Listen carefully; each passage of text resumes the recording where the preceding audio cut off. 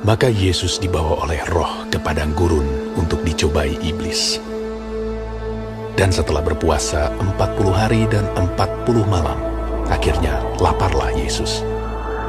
Lalu datanglah si pencoba itu dan berkata kepadanya, "Jika engkau anak Allah, perintahkanlah supaya batu-batu ini menjadi roti." Tetapi Yesus menjawab, "Ada tertulis, manusia hidup bukan dari roti saja, tetapi dari setiap firman yang keluar dari mulut Allah."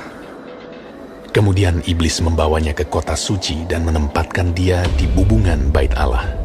Lalu berkata kepadanya, "Jika engkau anak Allah, jatuhkanlah dirimu ke bawah, sebab ada tertulis mengenai engkau, Ia akan memerintahkan malaikat-malaikatnya, dan mereka akan menatang engkau di atas tangannya, supaya kakimu jangan terantuk kepada batu."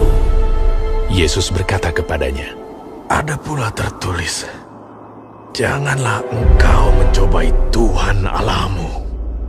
Dan iblis membawanya pula ke atas gunung yang sangat tinggi dan memperlihatkan kepadanya semua kerajaan dunia dengan kemegahannya, dan berkata kepadanya, "Semua itu akan kuberikan kepadamu jika engkau sujud menyembah Aku." Maka berkatalah Yesus kepadanya, Nyala iblis, sebab ada tertulis, engkau harus menyembah Tuhan Allahmu, dan hanya kepada Dia sajalah engkau berbakti. Lalu iblis meninggalkan dia, dan lihatlah, malaikat-malaikat datang melayani Yesus.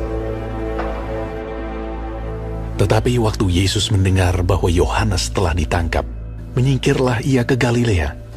Ia meninggalkan Nazaret dan diam di Kapernaum di tepi danau di daerah Zebulon dan Naftali, supaya genaplah firman yang disampaikan oleh Nabi Yesaya.